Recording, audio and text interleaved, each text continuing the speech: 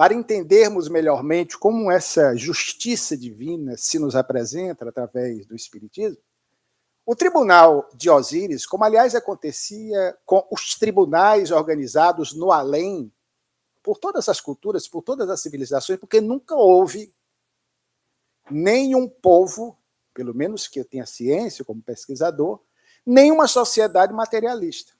Todas as criaturas humanas sempre tiveram ideia inata da sobrevivência na vida pós-mortem, para uma vida mais além.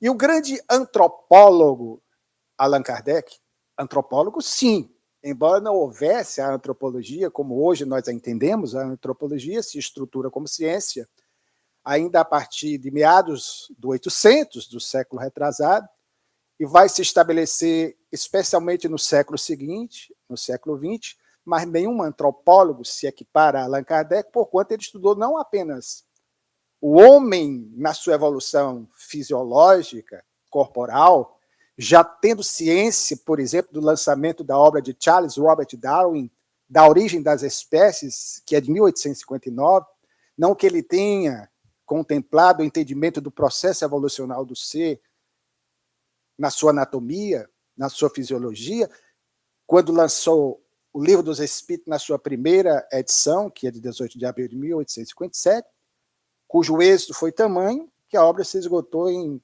pouco menos de 3 meses. Mas na segunda edição, que é aqui, de certa forma, dispomos presentemente, com os números de questões e respostas dos nossos livros dos espíritos dos dias de hoje, que é de 18 de março de 1860, aí ele já nos dá uma ideia mais declarada desse processo evolutivo do ser. Então, nós evoluímos corporalmente, biologicamente, fisicamente e espiritualmente. Então, Allan Kardec vai nos dar também, com o suporte da espiritualidade, essa ideia e a referida obra. E aqui há uma reflexão muito pessoal, professora, quando ela falou que, infelizmente, existem algumas pessoas que tentam desacreditar até de algumas obras de Kardec, como é o caso do Evangelho segundo o Espiritismo e de O Céu e o Inferno.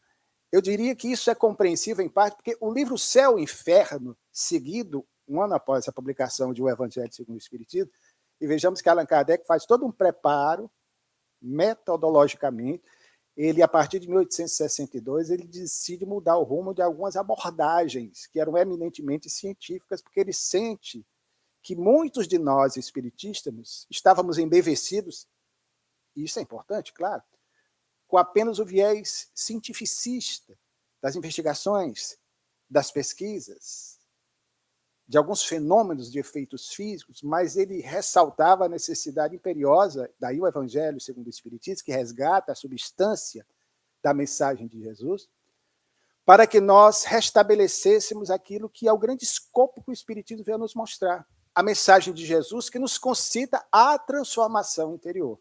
Reconhece-se, dirá ele mais tarde, em O Evangelho segundo o Espiritismo, o verdadeiro espírito não por ser uma alma pronta, acabada, perfeita, santa, aspas, mas por ser alguém como nós, de mediana evolução, que tombamos, que caímos, que vamos ao chão, mas que nos soerguemos e prosseguimos na nossa jornada, tentando vencer as nossas más tendências, as nossas más inclinações, para nos encaminharmos a ser no futuro, como foi Bezerra de Menezes, o professor Herculano Pires e outros tantos mais missionários do bem, um homem de bem, que é aquele que em plenitude se exercita por viver a lei de justiça, de amor e de caridade.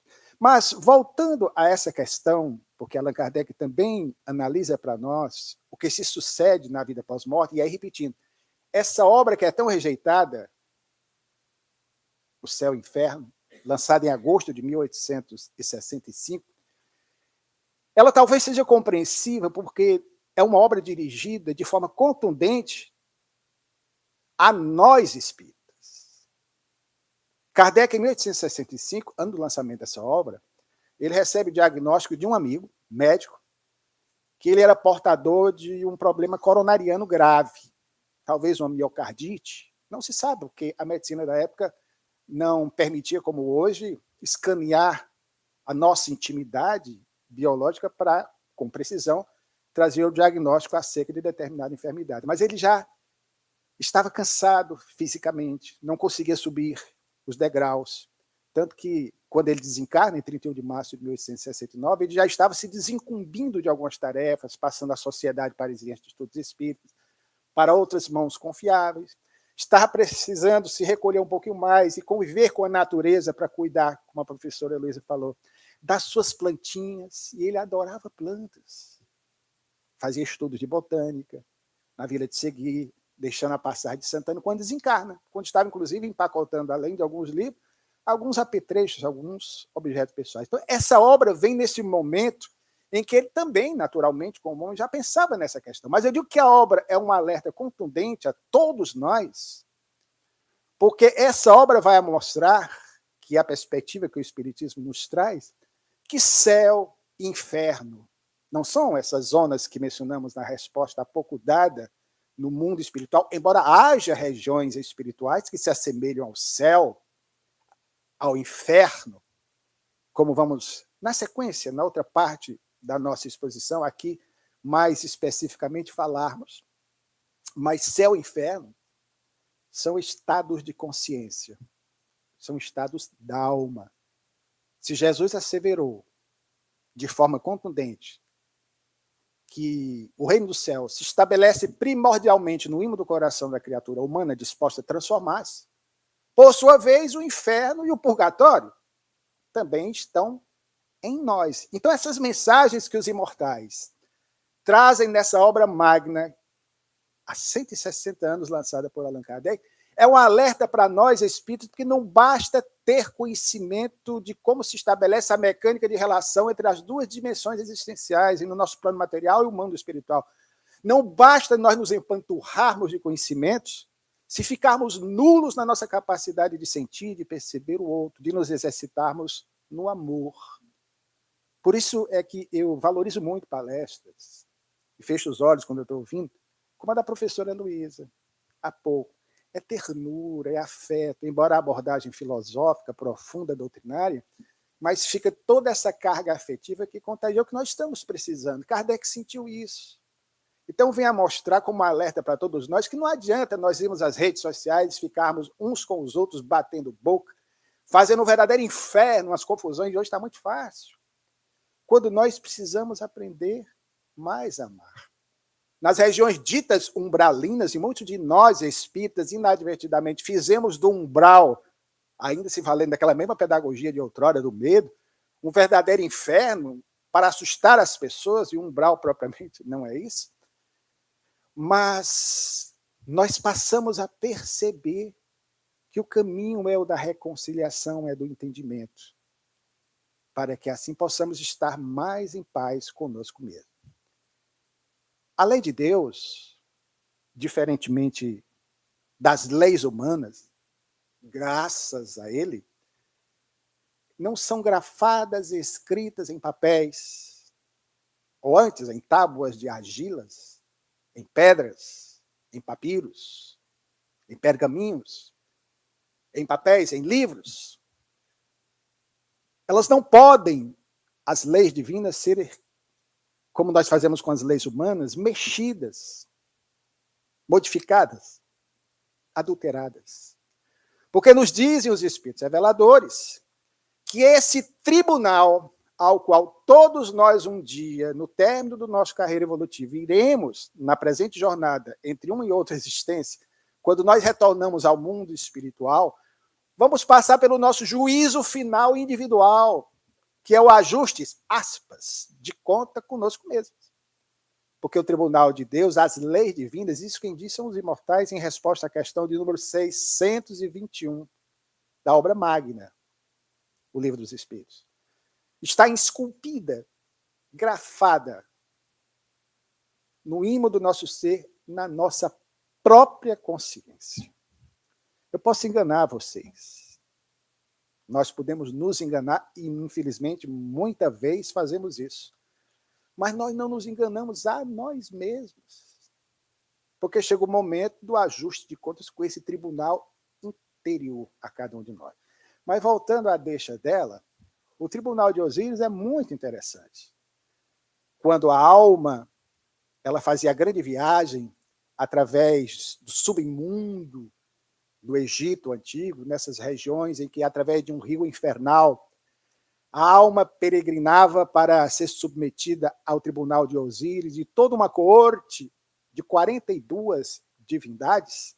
É curioso, ela lembrou, havia uma balança ilustral de ouro, não sei para que tanto ouro no além, mas valorizavam o ouro, e os egípcios, então, eram enterrados com todos os seus pertences, esquecendo, porque não compreendiam, e obviamente não haviam conhecido ainda Jesus, que só chegará depois, que nós deveríamos nos preocupar não com os tesouros da terra, que a traça corrói, que a ferrugem consome, que os ladrões desenterram e roubam, mas sim com os tesouros do céu, que a traça não corrói, que a ferrugem não consome, e que os ladrões sequer chegam perto, que são esses tesouros espirituais.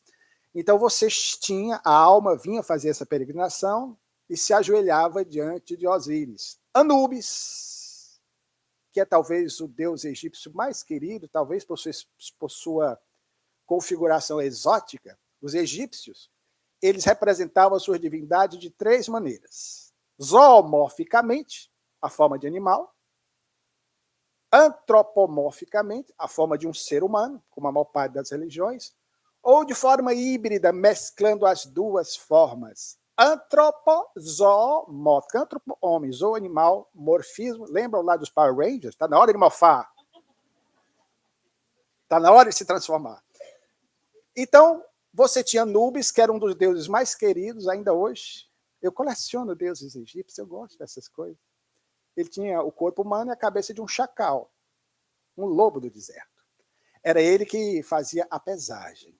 Colocava o coração e uma pena de avestruz. Mesmo sendo uma pena de avestruz, maior do que a pena de um galináceo, contrariando a lei gravitacional, como disse a professora Heloísa Pires, a pena para que a alma se salvasse tinha que pesar mais do que o coração.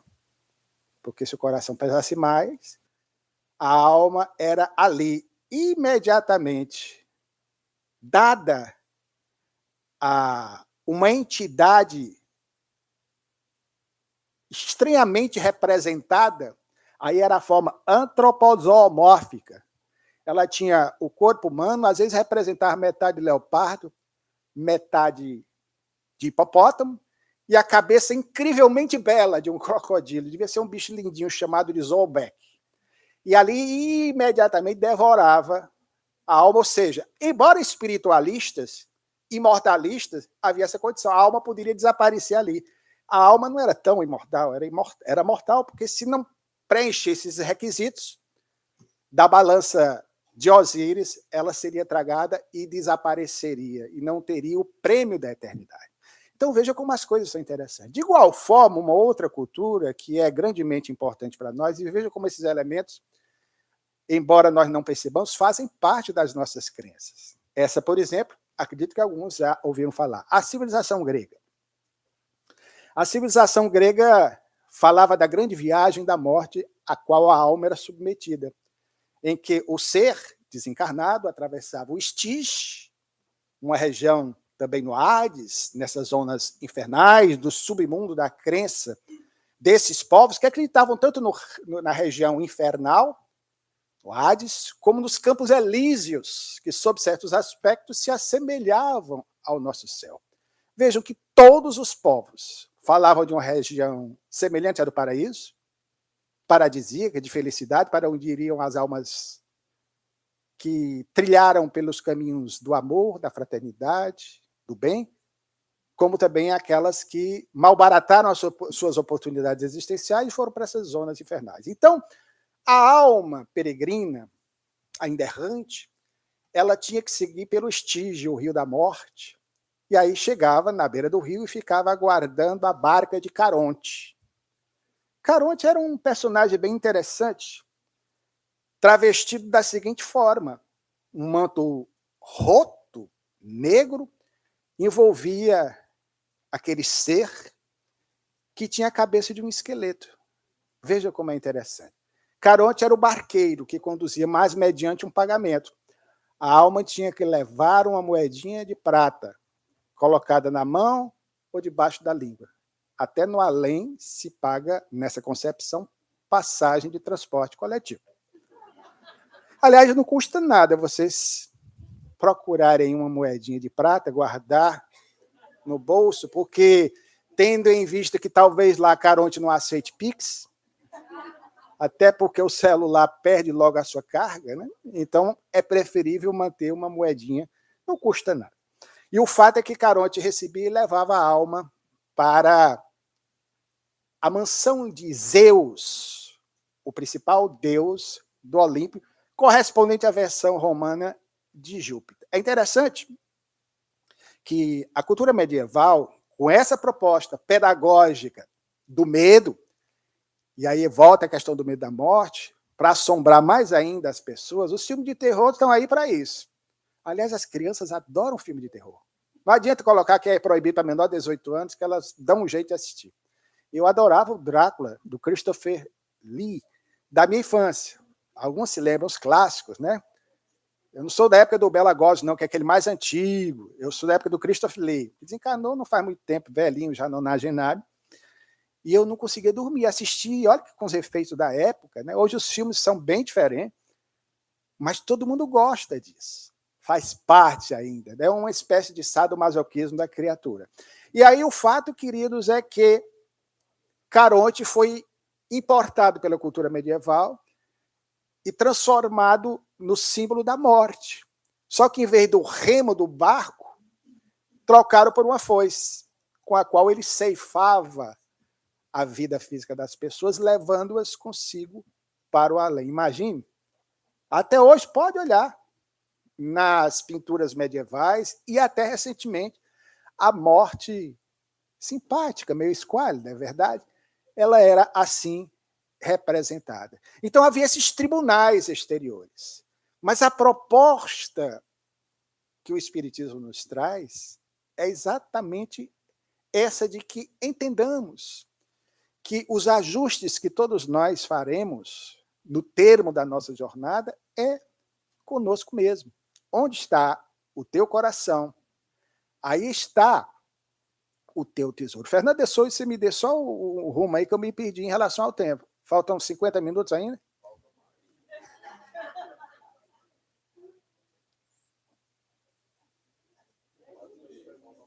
Ah, 10 minutos, que eu estava planejando uma coisa, mas deixo para a próxima, para não encurtá-la agora. Então, nós vamos ter exatamente essa ideia, que, infelizmente, a própria igreja medieval restabelece. A ideia do juízo, e eu gosto muito de colecionar livros antigos, recebi um, Catecismo da Minha Avó, de 1906, do começo do século passado, em que nós temos várias dessas ilustrações dantescas, que nos aterrivam.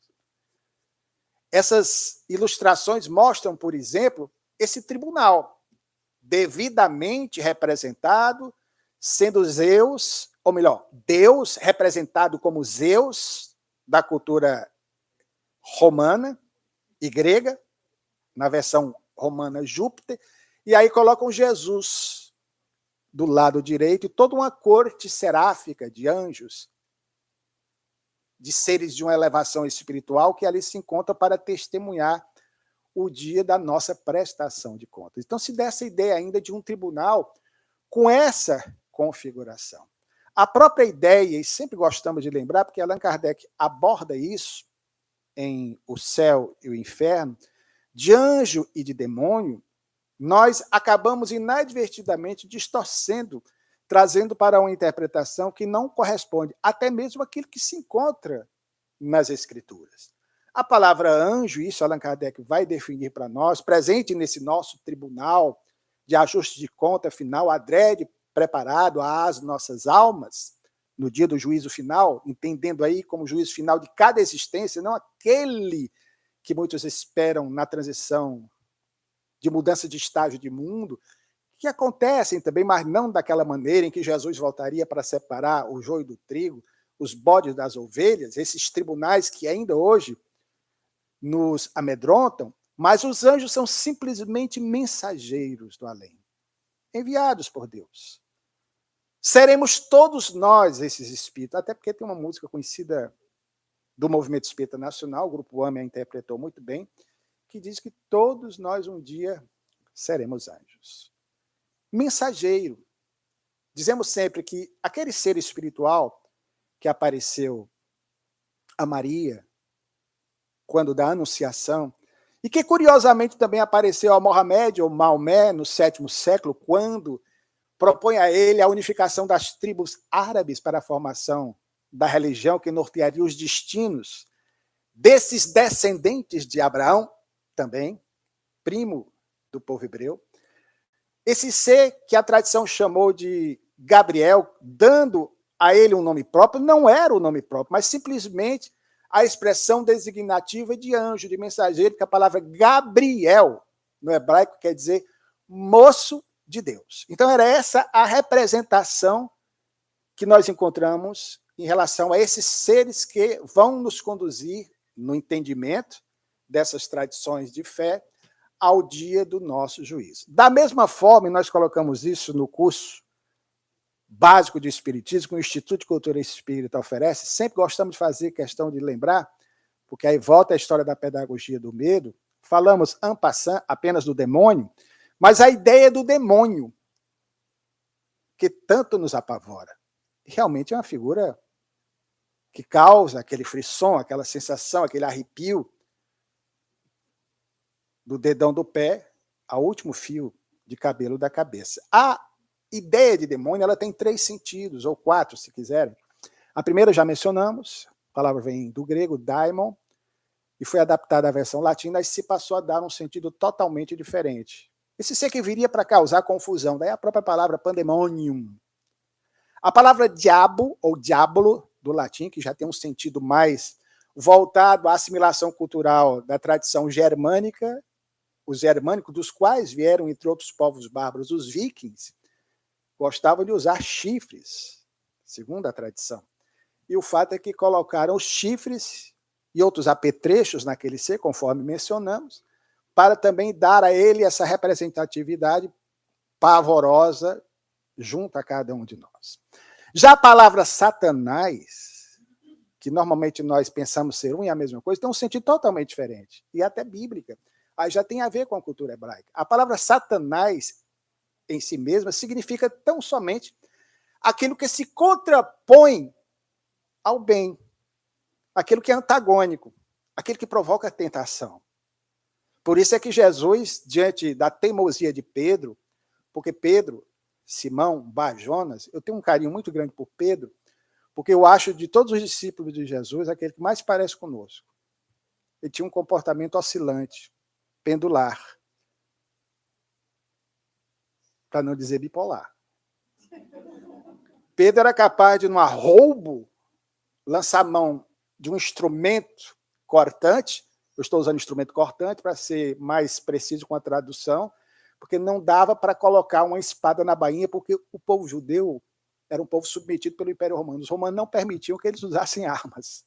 Então, certamente, ele talvez tivesse uma peixeira, já que ele era pescador. Então, ele deve ter pego a peixeira e decepou a orelha do soldado Malcos.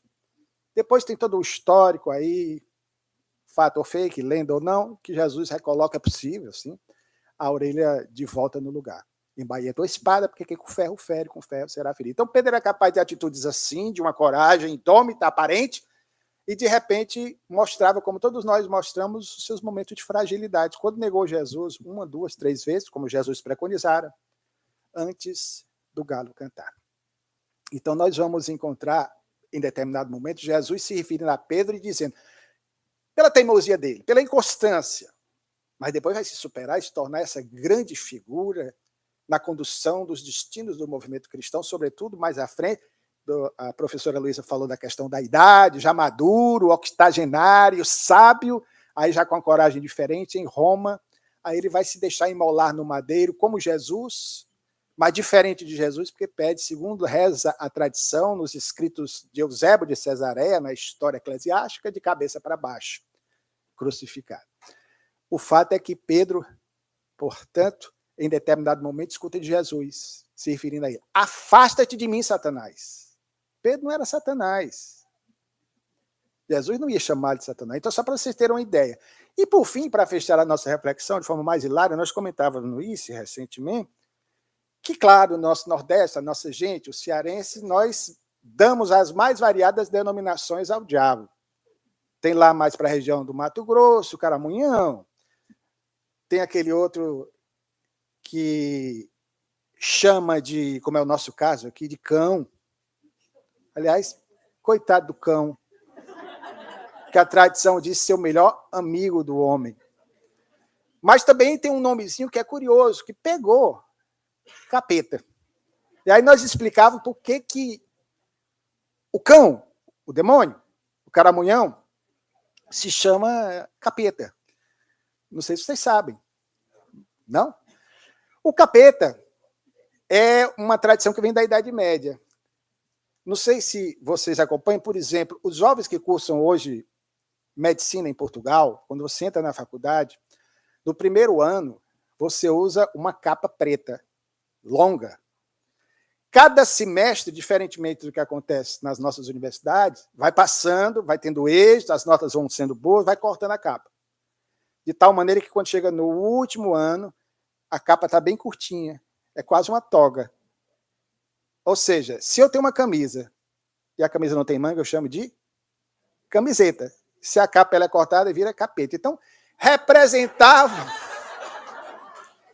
representavam simbolicamente a imagem do cão, do caramunhão, do diabo, como chamam.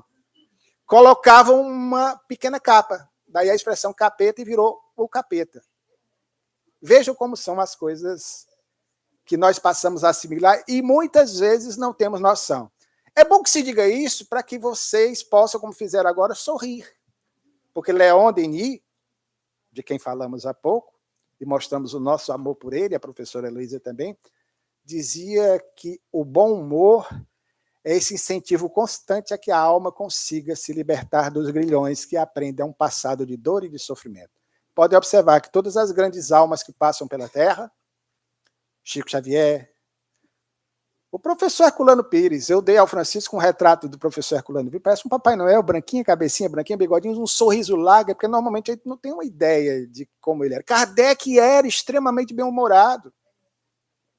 É porque as fotografias da época, não sei se vocês sabem, por que só tiram fotografia até meados do século XIX, não tinha ninguém rindo, não. Primeiro era um sufoco. Eu dei de presente agora há pouco um livro do Dr. Bezerra, a professora Heloísa. Há uma fotografia, professora, no livro da segunda esposa do Dr. Bezerra, porque a primeira desencarnou e ele se casou com a irmã materna. E aí há uma fotografia que eles foram bater no estúdio da época. Aí tem ele, sorridente, feliz, no dia do noivado, e ela bem jovem, com a cara um tanto zangada. Aí, olhando de forma mais acurada para a fotografia, eu fui entender por quê. Aí eu vejo o sofrimento também de quem batia foto. Naquela época, diferentemente de hoje, nós, obviamente, não tínhamos os celulares. A fotografia é uma invenção dos anos 1840 de Niepce, que foi sendo aprimorada. Então, para você bater fotografias, usando a expressão da minha infância, bater fotografia, tirar fotografia, você tinha que ir a um estúdio. O estúdio normalmente ficava no pavimento superior, havia uma clarabóia, você tinha que ter um vidro para que a luz do sol penetrasse. E você ficava debaixo do sol, de paletó, de gravata, ouvindo o fotógrafo dizer, espera aí, vamos repetir. Espera aí, vamos repetir. Isso 1 hora, às vezes 40 minutos. Imagine, sol a sol. Você tinha que usar esse horário específico. E, normalmente, você usava anteparos aqui nas costas. E eu identifiquei na fotografia da segunda esposa do Dr. Bezerra, quando você amplia, você vê um anteparo aqui. Então ela, coitadinha, novinha, já estava com a cara zangada, porque não aguentava mais, porque não podia se mexer. Qualquer mexida da foto ficava trêmula. Então, já que estamos falando de céu e inferno, era um verdadeiro inferno tirar a fotografia naquela época. Por isso que eu entendo Allan Kardec daquele jeito. Mas ele devia sorrir, como ele, Gabrielle Boudet, a sua grande e inesquecível companheira. Casou-se com uma mulher, diferentemente daquela época, na contramão, que ele se tornaria uma grande companheira para o resto da vida, 10 anos mais velha do que ele. Atitude de sabedoria. É sério? É. Tanto é que ela, mesmo mais velha do que ele foi em 1865, ela só se foi em 1882, né? Lá na frente, 83, lá na frente do tempo. e ainda foi a grande condutora do trabalho dele depois que ele nos deixou. Quando eu desencarnar, se me permitirem, porque também a gente do lado de lá está numa escola, não nos esqueçamos, somos alunos, alunos ainda do jardim de infância, no meio de trilhões de planetas e bilhões de irmãos. Então, quando eu chegar, quando eu puder me comunicar, eu vou falar: gente, somos o que pensamos. Criamos nossas dificuldades, encarnados ou desencarnados. Temos tudo para ser felizes e não conseguimos tantas vezes. Por quê? Porque nos apegamos a tolices. Às vezes cisma com uma profissão como aquele pai que está levando o filho para o futebol e que ele chora porque o filho não é tão bom como ele queria, e o filho chora, criando já um problema para o filho que vai ter alguma dificuldade mais tarde.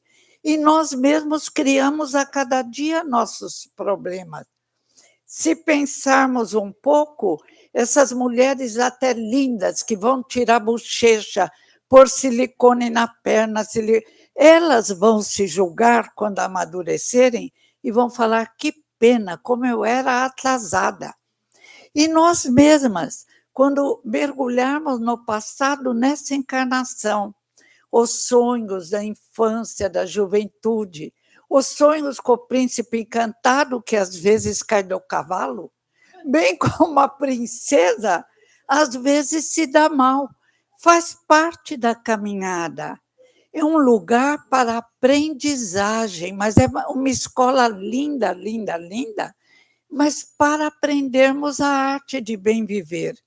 E colocamos dificuldades, mas temos exemplo, Irmã Dulce, uma freirinha minúscula, com problemas no pulmão. O André Luiz Peixinho falava para mim, ele trabalhava no hospital, também no hospital da Irmã Dulce. Eu falo para ela: irmã, você está doente? Senta. Ela não quer, Heloísa. Falta uma enfermeira, ela vai trabalhar. Onde está a Irmã Dulce? Sempre somos interexistenciais. Existimos ao mesmo tempo na Terra e no mundo espiritual. Indivíduos existem na Terra que estão sempre nas luzes do universo. São dois ambientes unidos, o material e o espiritual. Já dos índios caiapós, Irmã Dulce, Madre Teresa de Calcutá, meu Deus, a AIDS em pleno vapor, ela briga com o pessoal do hospital e funda um hospital para criança com AIDS. Elas foram educadas nessa encarnação para ficarem rezando, mas quando viram a dor, esqueceram e batalharam e auxiliaram a tantos. Francisco Cândido Xavier estava no céu aqui na Terra. O sorriso dele ia de um lado a outro. Estava sempre preocupado em ajudar os que nada tinham. E ele o que tinha? Tinha uma casa que ganhara dos amigos encarnados, inclusive uma das casas a Nena que deu. Trabalhava dia e noite até se aposentar. E ainda do ordenadinho separava dinheiro e dava para quem tinha fome, os conhecidos dele. Esses indivíduos já estão onde quer que se situem, no céu. É o céu interior, como nós tantas vezes preparamos o nosso inferno interior. É o indivíduo vaidoso, que nunca está contente com o corpo que tem, pelo amor de Deus. É o indivíduo que quer ficar rico a qualquer preço, magoa, fere, luta. Outro dia eu soube de um caso muito triste, de um moço que largou a mulher para ficar com uma senhora rica, saiu na televisão. E depois ele começou a maltratar a senhora rica porque queria que ela morresse para ele ficar com a herança. Aí foi uma vergonha, a família interferiu. Agora eu, muito curiosa, queria saber como está a situação, ainda não sei. Ele pegou todo o dinheiro da senhora rica. Esse moço estava numa terra tranquila, ele criou um inferno para ele mesmo. aqui do lado de lá. E essa senhora também foi muito tola, ela caiu na conversa do príncipe encantado com mais de 80 anos. Deixa eu nem falar, tem uma madeira para bater. Ainda bem que eu não tenho dinheiro, já não vou atrair um príncipe. Então, a vida, às vezes, tem situações que a gente diz, mas em que mundo estamos? Aí a gente vê dois políticos que se agridem, um pega toda a sujeira do outro, publica, fazem campanha, daqui a pouco estão se abraçando e trabalhando junto, buscando os mesmos eleitores que se unem também e votam neles. Nós somos indivíduos muito interessantes, dignos de um estudo. Luciano, estude-no, não eu, eles. Porque às vezes eu me pergunto, gente, como pode? Atacam qualquer coitado que tem uma vantaginha e permitem que os chamados grandes da terra, porque têm dinheiro, façam o que quiserem. Às vezes vêm umas leis e, de vez em quando, faltam leis. Ordenado sobe de 40 para 100 mil. Existe a lei brecando e não adianta para os grandes da terra. Quando vemos os que estudaram, os que tiveram oportunidade de desenvolver o cérebro, o bom pensamento com boa alimentação, ficamos abismados. Como esse indivíduo continua amarrado ao passado, abaixando a cabeça para aqueles que têm dinheiro e virando as costas aos melhores que podiam ajudá-lo a crescer espiritualmente. Estamos no mundo que merecemos. E o inferno só existe quando o criamos dentro de nós, sabendo dos nossos erros. E é claro, se criamos, o nosso pensamento constrói e destrói. Jesus, se olhardes para uma mulher cobiçando-a, já cometeste adultério. Jesus, se tiverdes fé do tamanho de um grão de mostarda, nada te será impossível. Agora a ciência fala. A ciência admirável, como meu pai chamava o espiritismo, dá agora as mãos em tantos pontos para a ciência atual. Somos o que pensamos. Atraímos aqueles que pensam como nós. Somos resultado de nossas atitudes, de nossos pensamentos e de nossa falta de estudo. Temos que nos modificar. Primeira fase, a cartilha. Mas são livros às vezes difíceis, se aprofunde neles. Peça ajuda. Pesquise na televisão, Dr. Google, amo o Dr. Google, às vezes ele dá umas furadas, mas é raro. Em geral, eu é que dou. Porque estamos nos educando, agora esquecemos de nos educarmos e queremos nos encantar com a vida. Olha o futebol, tudo bem, maravilha, distrai as pessoas, mas está excessivamente. As pessoas estão se afundando, brigas entre uns que torcem por um time, outros que torcem. Os ônibus se encontram, sai quase morte. Meu Deus, séculos se passaram e continuamos crianças tolas. Vizinhas se atropelam, se batem, brigam. Em condomínios, pessoas que estudaram, fizeram uma universidade, tiveram tempo de pensar, e outras que são tão inteligentes, que são mais inteligentes do que nós, que mal sabem falar. Tem uma senhorinha em Votuporanga, Dona Regina, mãe do moço lá, que eu sempre vou. Ela me encanta. Ela mal fez uma escola e ela tem uma inteligência brilhante e quer trabalhar dia e noite.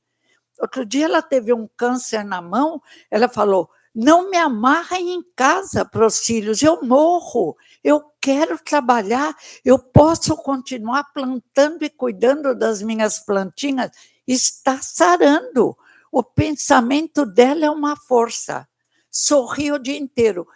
Cada um constrói, já estamos no mundo que construímos, só vamos nos projetar com mais consciência. Então, pelo amor de Deus, já começa a educar as crianças. A morte não é castigo, a morte não é castigo.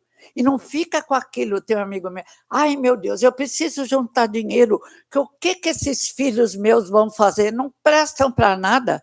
Falei para ele, pelo amor de Deus, para com isso. É que eu não posso, senão eu roubava seus filhos e ficavam comigo. E são ótimos meninos. Então, nós temos que falar alguma coisa. Eu vou até começar a falar de novo no Santana Park Shop. Se vocês verem uma velhinha que apanhou, fui eu, mas com muito gosto.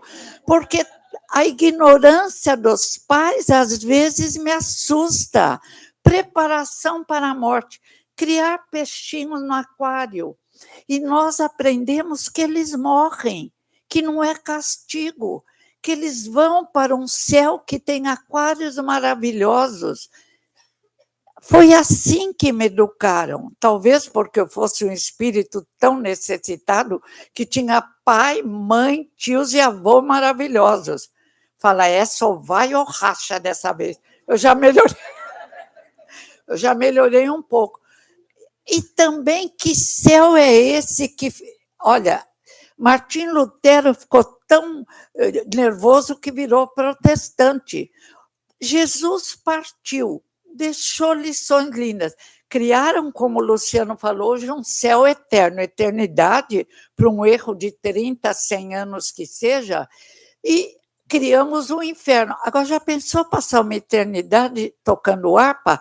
É pior que o inferno. Dia e noite, centenas de anjinhos, pelo amor de Deus. Então, nós somos incoerentes, inconscientes e, às vezes, ridículos. Daqui a séculos vão ver como nós falamos, aqueles benditos faraós, aqueles benditos egípcios que tinham a doutrina secreta, criaram aquelas múmias horrorosas que até hoje nos espanta e que não valiam para nada, para que tivessem a vida eterna. E os coitados eram enterrados cheios de ouro, tudo enrolado, e aparecem agora se desfazendo. Isso é inferno. Não existe o inferno que supere o inferno verdadeiro criado pelo homem da terra. E agora os bancos, o coitadinho vai lá, compra uma casa para pagar em 20 anos e não acaba de pagar. Ele morre, a casa não é dele, não é dos filhos. De quem é essa casa? Do banqueiro. Quer dizer, às vezes eu dou risada para não chorar, porque eu estou no meio, eu posso rir, estou rindo de mim mesma, faz bem. Porque é tanta loucura, tanta loucura. Outro dia um gostava de uma moça, pois a moça em tudo que era live dele, apresentação dele, lá está uma menina bonita, é triste, mas esse infeliz pega depois, convida, a menina estava chegando do trabalho tarde, menina linda que trabalhava, ele pega e mata a menina. Imbecil, porque fez um crime que é descoberto hoje em dia. E pior, mal, terrivelmente mal. A mulher linda para ele era um brinquedo. Ele não a amava, ele queria, era desejo, era inferioridade, era costume dos séculos. Nós somos, coitadinho, esse está no inferno, porque descobriram, porque vai entrar no inferno da cadeia, que é terrível também, embora tenha saidinha. Na saidinha, alguns matam outros. Às vezes matou a mãe, a Susana Richefort, e saía no Dia das Mães. Nossa, então, para despertarmos, vêm as dificuldades. Hoje tem jornal, tem televisão, até eu vejo metade eu desligo, senão eu vou ter medo de sair mais na rua. Tá louco. Hoje eu queria ir até a praia a pé, não para ir no mar, que eu cansei, eu adorei mar, mas agora eu estou cansada. Mas para olhar, eu não tive coragem. Eu falei, daqui até lá, não sei se tem. Eu falei, eu tenho que parar com isso. Se precisar, vou num especialista, numa psicóloga. O que eu estou escondendo atrás desse medo? Pelo amor de Deus.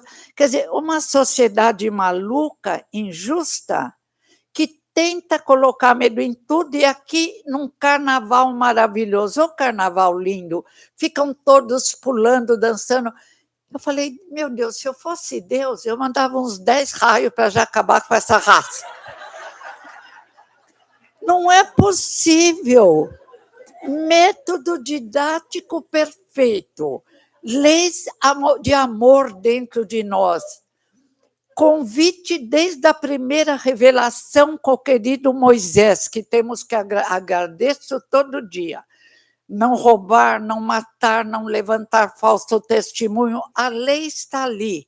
Médium precioso. A mediunidade dele aparece até no Deuteronômio. Falei certo? Aparece lá. Recebeu o livro, a Bíblia cheia de médiuns, profetas, espíritos, anjos. O Luciano explicou hoje. Meu pai escreveu um livro lindo, A Bíblia na Visão Espírita, e diz assim: não há uma palavra de condenação ao espiritismo que vem desde o horizonte primitivo. Nós que inventamos, estávamos com outra expressão religiosa, colocamos condenações. O reverendo e teólogo islandês Haraldo Nilsson escreveu um livro, Espiritismo e Igreja, e diz: não existe uma palavra de condenação ao espiritismo. É um degrau da nossa história dos judeus, higiene que devíamos fazer naquela época. E vamos crescendo. Segunda revelação, minha paixão, Jesus de Nazaré. Só de lembrarmos dele, a luz se acende em nosso coração. Eu durmo pedindo para Jesus alegria de viver, capacidade de educar meus filhos com amor, sem medo. Já o outro me manda parar de sorrir para não ser assaltada, só faltava. Mas sem medo e aprendendo com coisas simples. Onde foi o peixinho, mamãe, ou agora vovó? Foi com o vovô que está lá no céu. Lá é lindo. Depois vai crescendo, já vai falando, é um modo de falar céu. É um lugar bonito que nós já temos aqui na Terra. Quando pegamos um livro para ler, um livro bom, quando vocês pegam, eu adorava Monteiro Lobato, adoro ainda. A gente entra num céu, num mundo diferente.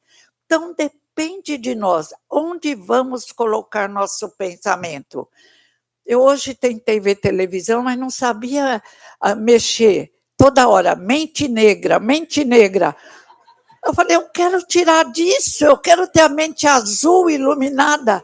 Não consegui. Eu não sei mexer direito e tudo novo, a televisão e o aparelhinho.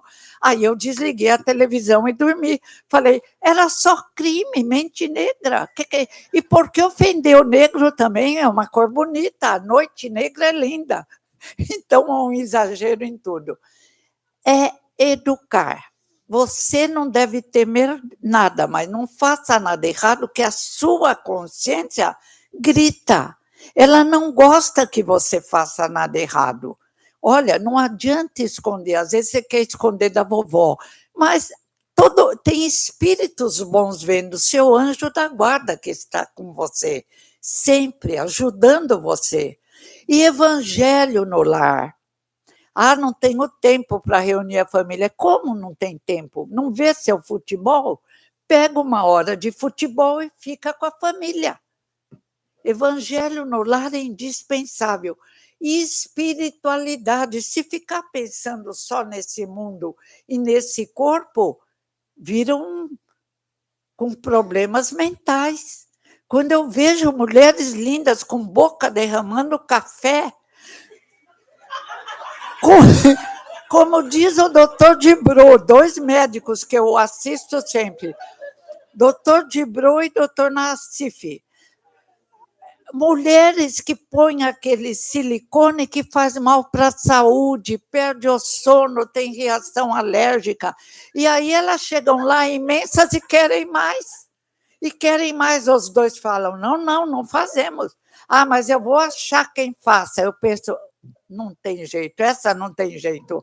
Ela está criando o inferno dela, do lado dela ela só vai ver seio para cá, seio, silicone para cá, silicone, e vai imaginar caindo em cima dela, porque ela tem uma consciência. Então, na realidade, a Terra podia ser o paraíso. E nós dificultamos a vida na Terra. A pessoa está ganhando bem, tem uma aposentadoria razoável. Ai, não, eu preciso ganhar mais dinheiro. Por que você quer mais dinheiro? Você já tem uma aposentadoria boa. Ai, deixar para os meus filhos. E eles querem? O que eles preferem? Uma mãe amável ou uma mãe louca, um pai louco, que só quer dinheiro, dinheiro, dinheiro, e que ensina um desvalor como se fosse valor? Acho que foi o Luciano que falou, ter o necessário e consciência tranquila para ser feliz. Livro dos Espíritos. Eu me aposentei, não fiquei rica e nunca pensei em ficar e não quero. E estou bem. Agora, preciso dar mais aulas, preciso porque eu quero isso, eu quero aquilo. Para, a vida é um sopro iluminado. Passa tão rápido e é tão gostosa que ninguém quer ir embora, mas, ao mesmo tempo, criam os seus problemas. Aquele pai, que vontade de dar uns tapas naquele pai. Não eduquei batendo, nunca, não aprendi apanhando, mas aquele merecia. Desejar que o filho seja um grande jogador de futebol. Vai trabalhar, pai. Seu filho não tem que te sustentar, que é isso? E doutrinando o menino. Quando meu filho inventou essa de... meu filho não. Meu neto inventou essa de futebol, falava para o meu filho, para com isso. Deixa o menino fazer o que ele quiser. Tem jogador de futebol que fica drogado, infeliz, não é o dinheiro, senão os faraós teriam ido para um céu. De onde tiramos essa ideia de nos apegarmos a umas moedinhas de ouro, convencionando riqueza, é ter ouro, é ter roupa boa? O que é isso, gente? A vida não é para isso. A vida é para aprender a arte de bem viver. Jesus de Nazaré nos ensinou. As mártires cristãs. Eu comprei um livro, é uma senhora protestante, pensei que ela era católica. Ruth Salviano, As Mártires Cristãs. Eu chorei. Depois da partida de Jesus, que nos exemplificou que a morte não existe, ressuscitou no terceiro dia, os apóstolos covardes se tornaram corajosos, porque viram aí, a maioria morreu, mas sem reclamar, porque viram que a morte não existe. As mártires cristãs, uma menina, adolescente, 13 anos, seguidora de Jesus, sempre aparecia quem denunciava. Quem denunciava deve estar no inferno ou algo semelhante, que quando começa a clarear o pensamento não vai ter sossego. Aí reencarna com problema de consciência, não sabe, ideias indefinidas e talvez no sonho definidas. Kardec é o ser do corpo.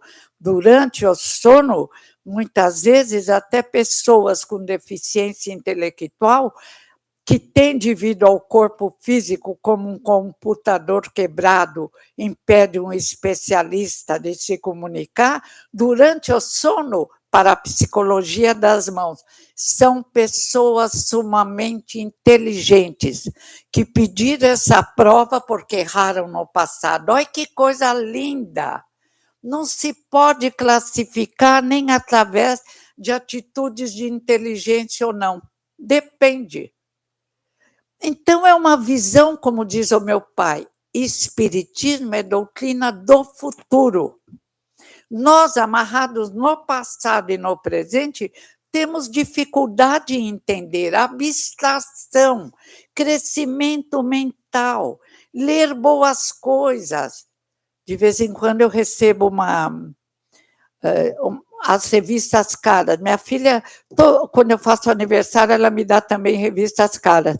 Ela fica tão feliz e eu também adoro ver a vida dos artistas. O que tem? Oro por eles, acompanho o nascimento de filhos. Nós criamos nossa alegria vivendo feliz. Às vezes eu me pego sorrindo, lembro do meu filho, mãe, fecha essa risada. Daqui a pouco, porque quando eu penso em como somos crianças, em como ficaremos luzes, sois Deus e sois luzes, eu me animo. E eu posso adiantar um pouco isso, não muito porque falta material, mas através, inclusive, do Dr. Silva Costa Renato, os cientistas que viram em Kirov, na Rússia, que o corpo bioplásmico, que é o perispírito, quando pensamos e fazemos o bem, acende luzes, vira um céu estrelado.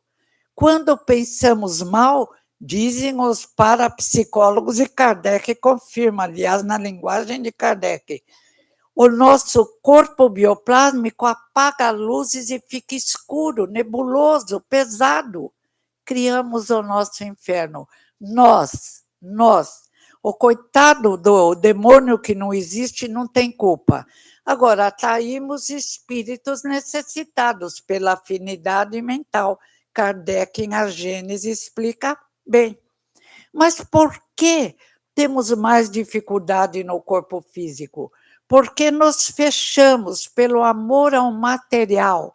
Só o material, o que podemos pegar. Os cientistas, até pouco tempo, negavam várias verdades porque estavam pegados ao material. Quantos morreram na Idade Média porque vieram falar verdade? Inclusive, era castigo se falasse morte, que era a Terra que girava em torno do Sol. E acreditávamos. Hoje temos dificuldade em abstrairmos, em compreendermos a verdade libertadora que Moisés trouxe. Moisés afastou os deuses com letra minúscula pagãos que nós criávamos pelo desejo de coisas belas, de coisas melhores e maiores. Que Jesus nos trouxe com tanta propriedade. Augusto Cury era materialista, leu a vida de Jesus e escreveu vários livros. O homem mais sábio, mais inteligente, mais amoroso da história. Doutora Elizabeth Ross era materialista. Na conversa com o mundo espiritual, através da mediunidade, com os que voltavam todas as manhãs da viagem aí pelo espaço, ela também viu, como André Luiz falou, viu casas, viu gente, reencontrou amigos, não queria mais voltar, voltou. Já nos convidam a uma visão mais clara. É como se colocássemos óculos para a miopia. É como se colocássemos óculos que escurece quando o sol bate muito forte. É hora, queridos amigos, é hora, e quem pode ajudar mais o outro. Precisamos um da força do outro, porque senão frágeis não conseguiremos vencer. Entre os vikings, os primitivos eram irmãos só entre eles, atacavam hoje o Luciano falou bem do problema. Mas nos uníamos. Agora temos que nos unir na casa espírita, mas não vir aqui pedir para ficar rico. Daqui a pouco vai embora e não leva nenhum tostão, que bobagem. Se sai do Brasil, vai para os Estados Unidos, ainda mais agora com o Trump. Ele manda embora, que o nosso dinheiro não vale nada. Então, tudo é tão relativo, só uma coisa permanece: o crescimento espiritual. A mudança de estilo de vida e, sobretudo, de pensamento. Os espíritos necessitados se afastam quando começamos a pensar bem. Tinha alguém que me incomodava lá em casa. Então, a gente é vaidosa, né? Eu falei, meu Deus, será que vem com a faxineira? Eu falei, Luísa, toma atento. Você está pensando de forma meio errada. É esse medo, que vai ver que é um medo de coisa errada do passado.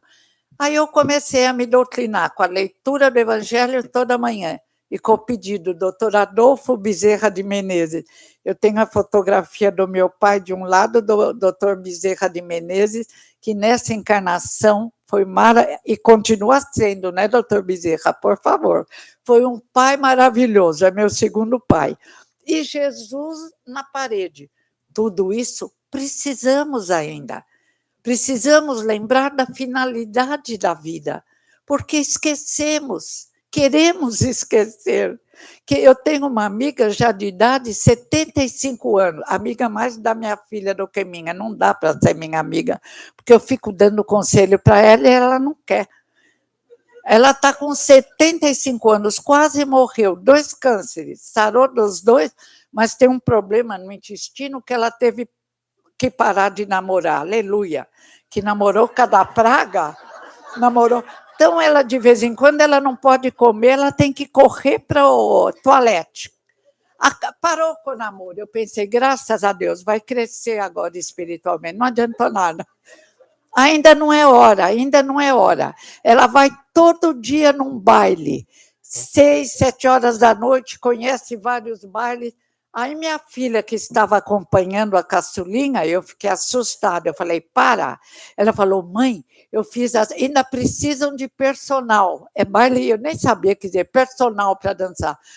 Eu falei para minha filha, não vá, que idiotice. O que vocês vão fazer? Ainda pagam para dançar com vocês? Que vergonha. E está assim de mulheres e os personagens dançam cobrando da mão. É o fim do mundo. É o fim do poço, só Deus para nos aguentar. E Jesus e os espíritos de luzes que nos educam. Então, aí, porque elas pararam de ir? Porque estavam gastando muito dinheiro. Eu falei, isso mesmo. Nem achei, se fosse para ir ver uma dança bonita, se fosse para ir num espetáculo, o dinheiro vale. Mas para pagar para homem dançar com a gente, que é isso? Então, no fim do poço, né? Eu ainda não tive coragem de despertar minha filha para esse lado gozado, de ter que pagar para dançar. Tá mal. E para casar, vai pagar quanto? Não, eu não sei se a gente merecia o inferno ou se isso é pior do que o inferno, porque a burrice dá desgosto. Então, vamos parar de culpar até os obsessores, porque só chegam até nós quem nós permitimos. Gênesis e Allan Kardec. Atraímos pela afinidade espiritual. O convite é alegria de viver. Tá velha, não precisa dançar. Se tem um companheiro idoso ou alguém que te ama, vão os dois. A Amélie Boudet era 9 anos mais velha que Kardec. Mas era um espírito tão jovem que Kardec partiu, ela viveu até os 80 anos. Agora, se precisa pagar para o moço dançar, não pague e não dance. Não é orgulho, é respeito. Porque se eu tivesse que pagar para alguém dançar comigo, olha, eu me batia. Falava, tomá-los. Então, viver com discernimento, pelo amor de Deus, vamos orar ao nosso anjo da guarda para nos levar a cursos durante a noite. Desperta. E aí nossa vida fica linda. Quer dançar? Põe uma música e dança sozinha. Que bobagem! Por que tem que ficar lá fingindo uma coisa que não existe?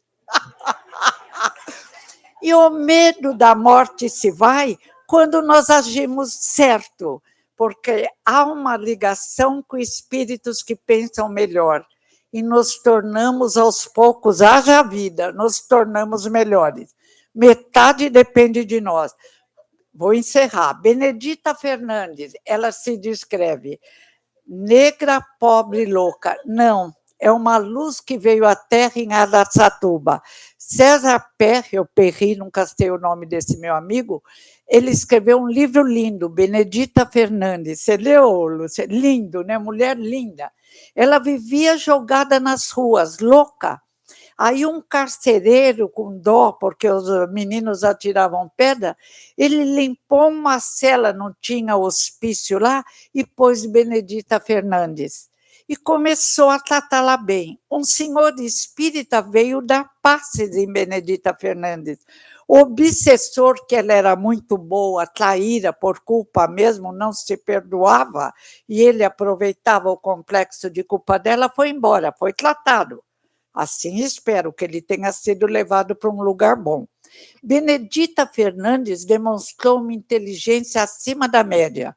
Construiu em Araçatuba um centro espírita, uma escola para as crianças e um hospício. Eu falo até hoje, me arrepio, eu não me conformo. De louca, ela passa para a mulher lúcida e grande administradora. Gente, olha o nosso inferno interior. Pode nos anular completamente complexo de culpa, atração do obsessor, e ela aceitou o castigo. Quando ela se libertou, ele foi auxiliado e ela. Leopoldo Machado também escreveu um livro sobre ela. E ela começou a receber as pessoas no centro. Eu falo, que pena, eu nunca fui lá. Se eu soubesse que ela existia, descobri mais tarde, mas tudo bem. Leopoldo foi com a mulher e ela não deixava ele ir embora. E ele estranhou, porque ela era muito gentil, mas ficou conversando. Ela falou, eu quero matar saudades, eu queria passar a noite conversando com você. E isso eu ia deitar na mesa e dormia. Não, essa é meu pai e minha mãe que faziam consolando quem perdeu filhos. Mas ele fez, ele e a mulher ficaram com ela a noite toda lembrando histórias. Eles partiram, ela desencarnou, mas veio e se comunicou para conversar com ele. Aí ele estava em dúvida. Aí a Benedita falou para a médium, conta para ele o broche que eu estou usando. Ela descreveu. Era um broche que ele e a mulher haviam dado para a Benedita, e na fotografia estava a Benedita, Leopoldo Machado e a mulher. Finalmente ele se convenceu e agradeceu. História linda, de louca para administradora, porque se permitiu se perdoar e porque pegou no trabalho. Mãos vazias geram cabeça vazia, que gera perturbação. Vamos trabalhar profissional e espiritualmente, sem preguiça, é melhor do que ir para o inferno, e não vamos exagerar para não ir para o céu tocar harpa, que aí cansa. Eu nasci no dia 2 de abril de 1910, em Pedro Leopoldo, Minas Gerais. Meu pai se chamava Cândido, João Cândido. A minha mãe, Maria João de Deus. Antes que eu me esqueça, a minha avó materna, Francelina, ela era filha de uma humilde lavadeira que morava em Santa Luzia, à margem do Rio das Velhas. Essa narrativa autobiográfica é dele, Francisco de Paula Cândido Xavier, o nosso Chico Xavier, que se estivesse fisicamente entre nós, no último dia 2 de abril, próximo passado, estaria completando 115 anos de existência. Ele nos deixou no dia 30 de junho do ano de 2002, aos 92 anos, de uma vida plena, de dedicação extrema à mensagem de Jesus e do Espiritismo. Foi alguém que, como disse a nossa professora Heloísa Pires, na terra foi ponte para o céu. Viveu em paz, com a consciência tranquila, em razão dos deveres cumpridos, sobretudo a partir de 1927, quando dá início ao seu mediunato, a orientação precisa e segura que o Espiritismo lhe ensejou, daquele fenômeno que durante muito tempo, desde a infância, ele não podia compreender muito bem. E Chico, num período grave da história da humanidade, que foi o período da Segunda Grande Guerra Mundial, entre 1939 e 1945, trouxe do mundo espiritual obras que nos deram novos rumos em relação ao que se sucederia com a alma humana na vida além desta vida.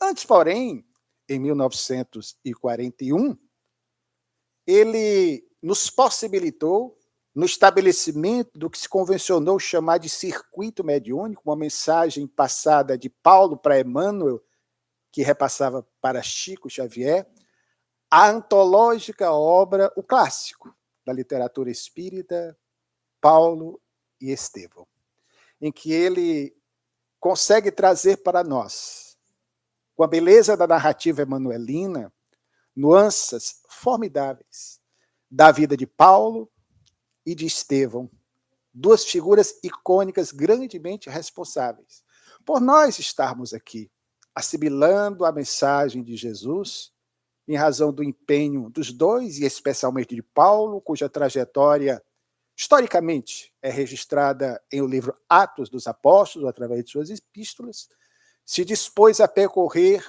o mundo antigo, nos seus mais longínquos rincões, a fim de divulgar a mensagem de Jesus.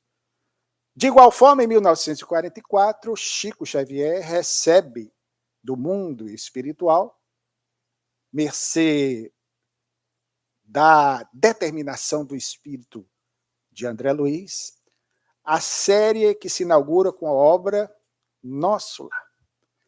E nos lembramos desse fato porque no dia 28 de julho de 1971, quando aconteceu na extinta rede Tupi de televisão, o célebre programa Pinga Fogo, sucesso de audiência, de tal maneira que depois se fez uma segunda edição.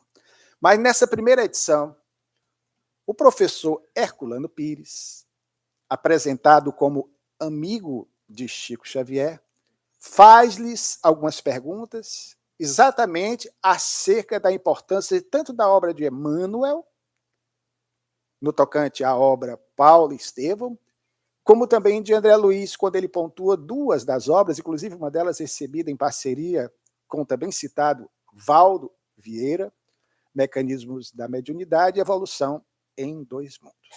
Mas o interessante em relação a essas obras, que foram explicadas pelo Chico, na sua humildade, mostrando que não tinha conhecimento científico algum para ser capaz de interpretar o que André Luiz lhe trazia do além, para que nós pudéssemos melhor entender como se processa a vida no mundo espiritual. O mais importante é o que ele também ressalta na obra Paulo e Estevão. Porque Paulo, poucos atentam ao fato de que é, para o entendimento da questão relativa à vida espiritual, uma figura importantíssima. De tal maneira que, quando encarnado nesse seu trabalho incomum de divulgação da mensagem de Jesus, desde aquele momento glorioso, quando tiveram o ensejo de viver uma experiência psíquica ou mediúnica com Cristo na estrada de Damasco, quando ali desaparece o Saulo e surge o timorato Paulo, que levou adiante o projeto do espalhamento da mensagem de Jesus na Terra, nós vamos ter Paulo se empenhando por levar a mensagem de Jesus ao mundo inteiro, num pensamento mais universal da proposta da mensagem do Filho de Maria. Durante a sua terceira viagem, quando estava na Macedônia, ele tinha esse cuidado de sempre voltar aos locais das viagens anteriores para constatar em loco se a mensagem de Jesus florescia como ele esperava. Ele escreve aos cristãos de Corinto a sua segunda epístola. E no capítulo 12, verso 2, ele diz: conheci um homem que não sei se no corpo ou fora dele foi arrebatado ao terceiro céu. Essa passagem, que muitos já ouviram, certamente, ela ainda causa estranheza em muitos de nós. Mas É preciso entender, primeiramente, que Paulo era um homem de 3 mundos. Paulo era de origem grega, porquanto nascera em Tarso, um grande centro de difusão helenística do mundo antigo. Um homem, portanto, de largos conhecimentos, falava o grego. Paulo também era, por questões familiares e étnicas, raciais, judeu, tanto que exerceu o rabinato, mais tarde em Jerusalém, ligado à seita, assim chamada, dos fariseus. E também tinha o título de cidadão romano, porque havia um edital, desde o governo de Júlio César, o conquistador das Gálias, anos antes, que facultava a todo cidadão grego o título de cidadão romano. Portanto, ele tinha uma cultura ampla. Daí o encantamento que sempre temos quando lemos algo relacionado a Paulo. E nesse tocante, Paulo tinha, pela influência grega, quanto romana e judaica, uma ideia a respeito do que se sucedia com a alma na vida além desta vida.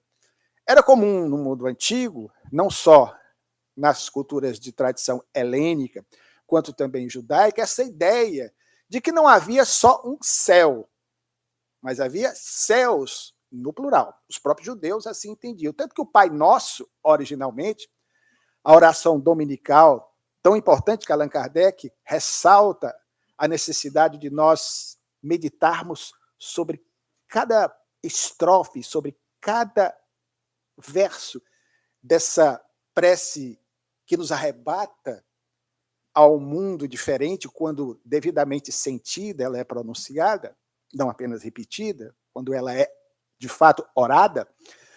Nós vamos observar que originalmente o Pai Nosso ele era pronunciado no plural, referindo-se a céu. Pai Nosso que estás nos céus. Porque se tinha a ideia de céus, de dimensões espirituais, para o alto e para o baixo. Numa psicografia muito conhecida, que constará da segunda edição do livro Parnaso de Além-Túmulo, de Chico Xavier. A primeira edição é de julho de 1932, a segunda é de 1935. Dom Silvério Horta, que foi o primeiro bispo negro do Brasil, que, quando encarnado, ele era de Mariana, Minas Gerais, combatia o espiritismo.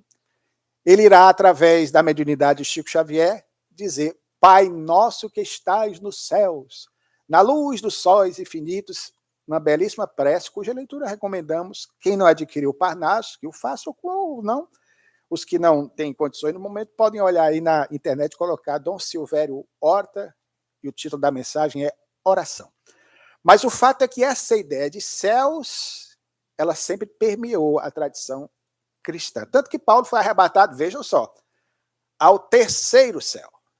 O que nos dá a entender algo perfeitamente lógico, que existem regiões, dimensões, planos, esferas, em outras dimensões, em cada mundo que adorna o empírio, usando de uma figuração, em que nós nos situamos, após o nosso desenlace, de conformidade com a nossa sintonia pela vibração do nosso psiquismo.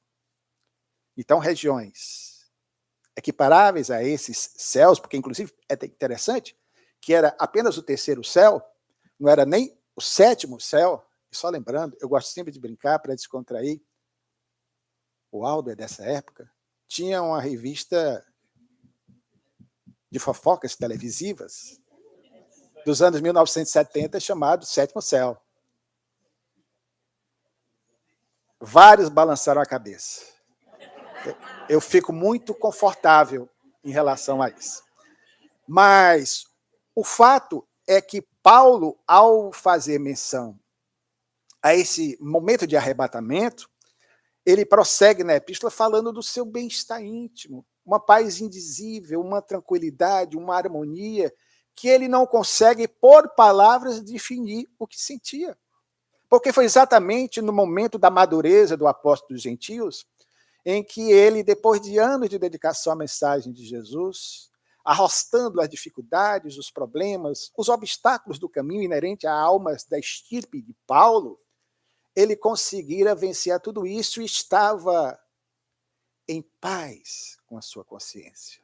Diria Sócrates, observado sempre por Platão, seu discípulo, e uma espécie de evangelista do mesmo, visto que Sócrates não deixou nada por escrito. E Platão observou, inclusive, os instantes derradeiros da vida de Sócrates, quando condenado injustamente à época por, vejam só, tentar seduzir com ideias perigosas, imagine as ideias perigosas de Sócrates, a juventude de seu tempo, ele foi obrigado a beber cicuta. E Sócrates diria para Platão, ser feliz e viver em paz é ter uma consciência tranquila, um coração pacificado pela conduta reta no bem. Por isso que citamos Chico Xavier. Chico termina a vida em paz. No programa Sabadão Sertanejo, do saudoso, para muitos, Gugu Liberato, que admirava Chico Xavier, circula na internet, até adaptaram e fizeram Chico Xavier cantar, belíssima essa imagem, o Chico lacrimejante, emocionado, em paz, vivendo um céu na terra pela consciência tranquila, ele cantarola uma canção que aprendera com a sua mãezinha, quando de sua infância, em Pedro Leopoldo.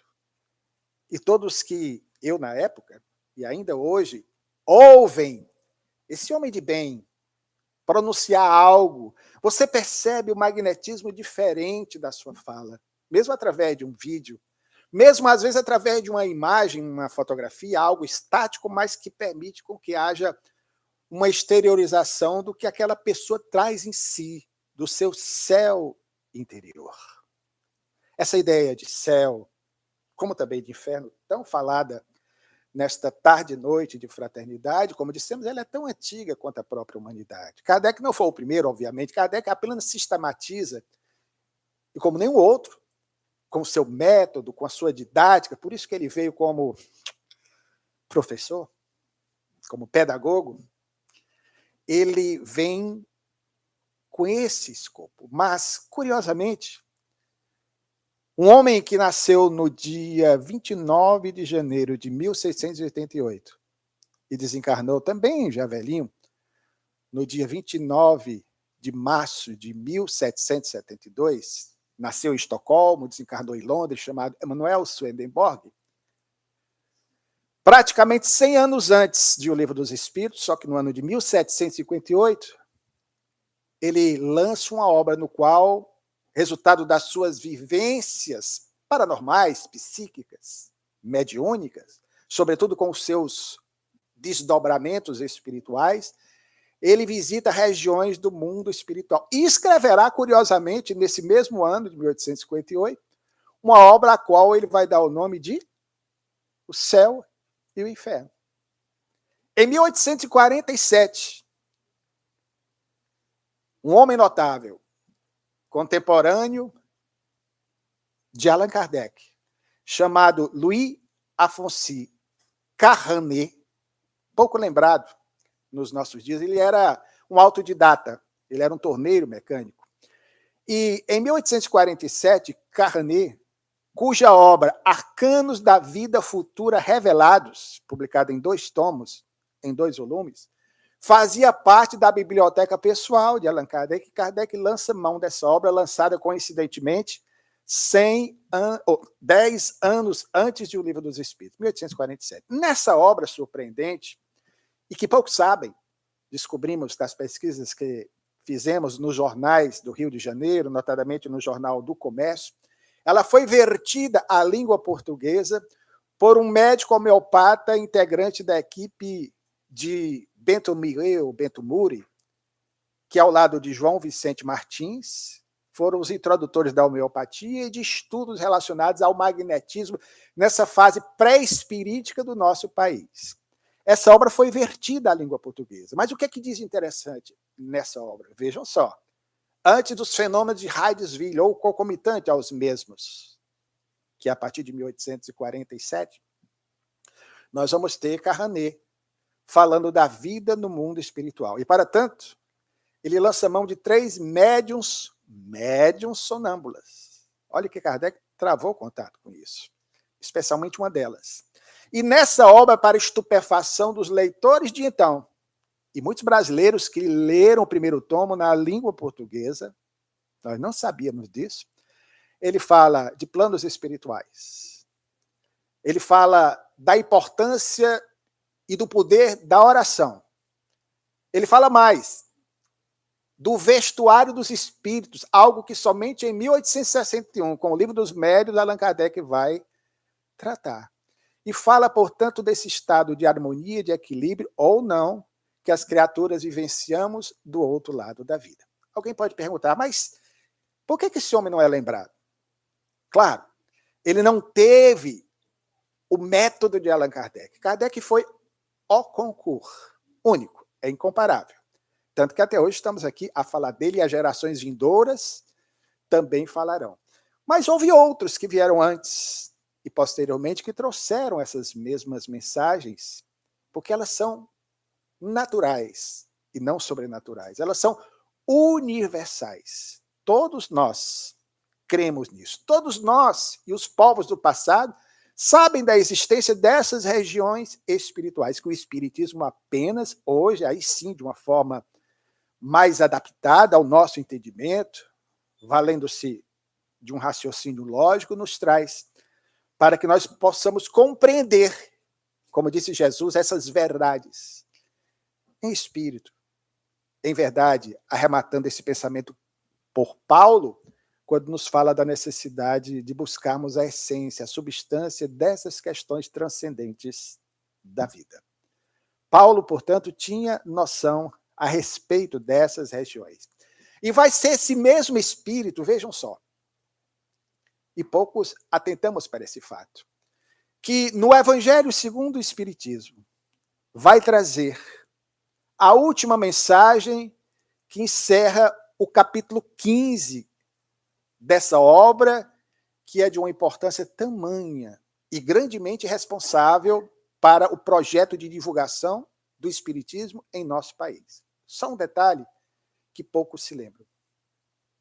Em 1862, Allan Kardec lançou um opúsculo, enquanto preparava o Evangelho segundo o Espiritismo. Nesse interregno, nesse intervalo de tempo de 1861, com o Livro dos Médiuns, até a publicação de O Evangelho segundo o Espiritismo, ele lança, além da viagem espírita, uma obra intitulada O Espiritismo na sua expressão mais simples. Essa obra que poucos espíritas conhecem, ele inclusive faz um resumo, tem ali um substrato, uma essência interessante do conteúdo do Livro dos Espíritos. Quando ele ressalta, inclusive, a importância de nós encararmos a morte como fenômeno natural. Essa obra que os irmãos podem dispor e facilmente baixar na internet, tem 35, 36 páginas, ela foi, vejam só, traduzida para a língua portuguesa na França, em Paris, por um francês chamado Alexandre Cany. Alexandre Cany, ele, poucos sabem disso, ele veio ao Brasil em 1844, juntamente com outros imigrantes franceses, estabeleceu-se numa colônia agrícola em Santa Catarina. Ali ele conhece uma jovem brasileira com quem se casa, e 2 anos após, ainda nos anos 1840, ele retorna a Paris. Essa jovem brasileira, embora nós não tenhamos informações precisas a respeito dela, assim como o próprio Cany, irão mais tarde trabalhar, a partir de 1858, com Allan Kardec na Sociedade de Estudos Psíquicos, fundada em 1858. E Cany, portanto, tem autorização de Kardec para verter a vários idiomas, com o intuito de divulgar o espiritismo, e em português. Ou seja, sob certos aspectos, partindo do pressuposto de que as primeiras obras espíritas na nossa língua, e nem todos falavam francês, muitos espíritas, pensadores brasileiros, obtiveram o Livro dos Espíritos na década de 50 ainda, no final dos anos 50, depois da publicação da primeira edição do Livro dos Espíritos, e nos anos 1860. Mas nem todos sabiam falar francês. Então, as primeiras obras espíritas efetivamente traduzidas, o Livro dos Espíritos é de 1875, mercê do esforço de Joaquim Carlos Travassos. Fortúnio era o seu pseudônimo. Aliás, foi quem presenteou Ele está me dando 5 minutos, eu estou dando tchau.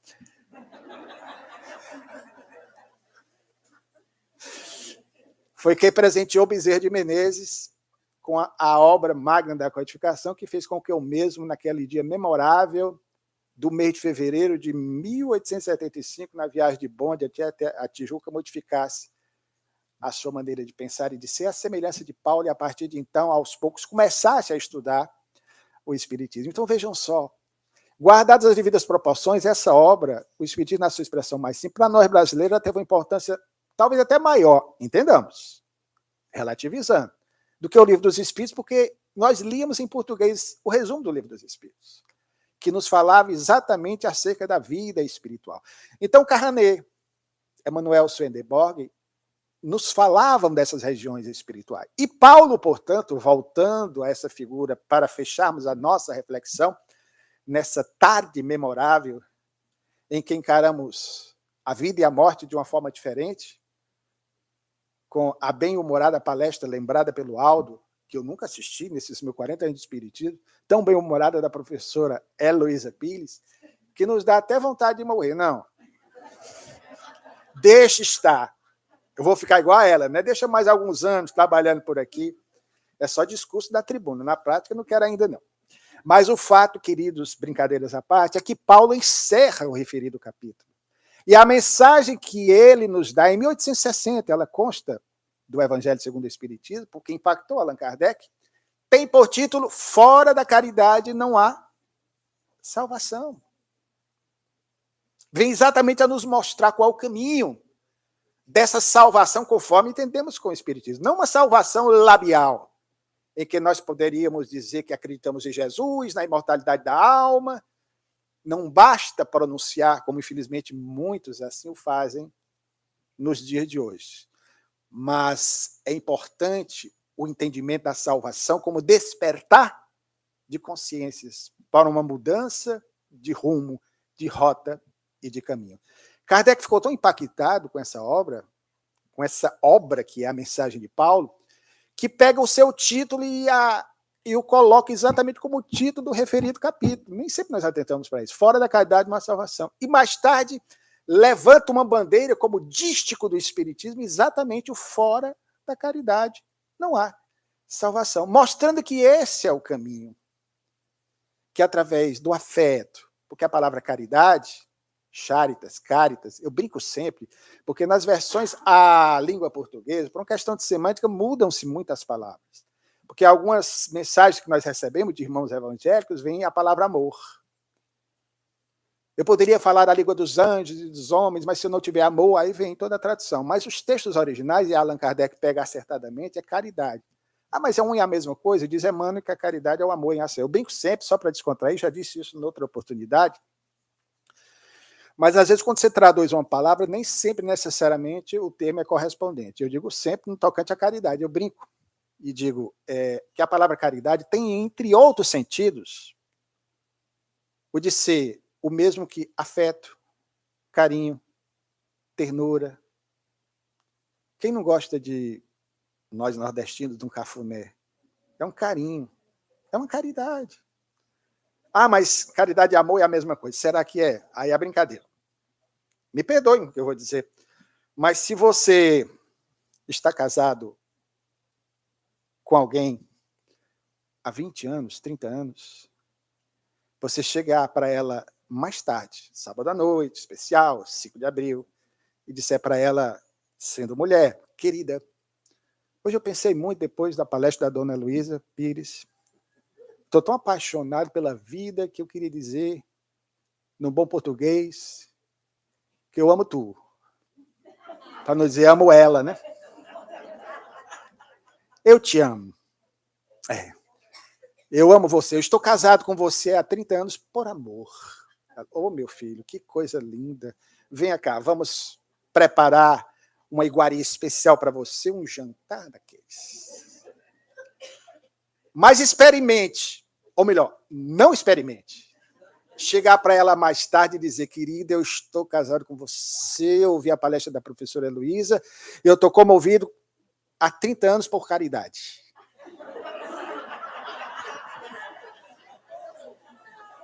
Garanto-lhes, homens aqui presentes, que se tiver casinha de cachorro em casa, vai dormir nela. Mas brincadeiras à parte, vai ser arrebatado para o sétimo inferno, né? Correspondente. Então, só para que nós entendamos que a mensagem do madeiro, a mensagem do evangelho, como dirá Paulo na sua epístola aos Efésios 3,17, é uma mensagem perigosa. A mensagem da cruz, ela é enganadora. Ela é uma estultícia. Ela é uma armadilha. É forte, né? Mas para os que estão mortos espiritualmente. Contudo, para aqueles que a vivem, ela é mensagem de libertação. E é essa mensagem que Paulo nos traz, repetindo Jesus, e é essa mensagem que Paulo nos traz quando integrante da equipe do Consolador Prometido, nessa pleiade de espíritos de elevada estirpe espiritual, nos obsequiaram o surgimento na terra do Consolador Prometido por Jesus. Queríamos, uma vez mais, sensibilizados, agradecer a honra de participarmos deste encontro, de desfrutarmos, querida, da sua companhia uma vez mais conosco. O Ceará Espírita ama.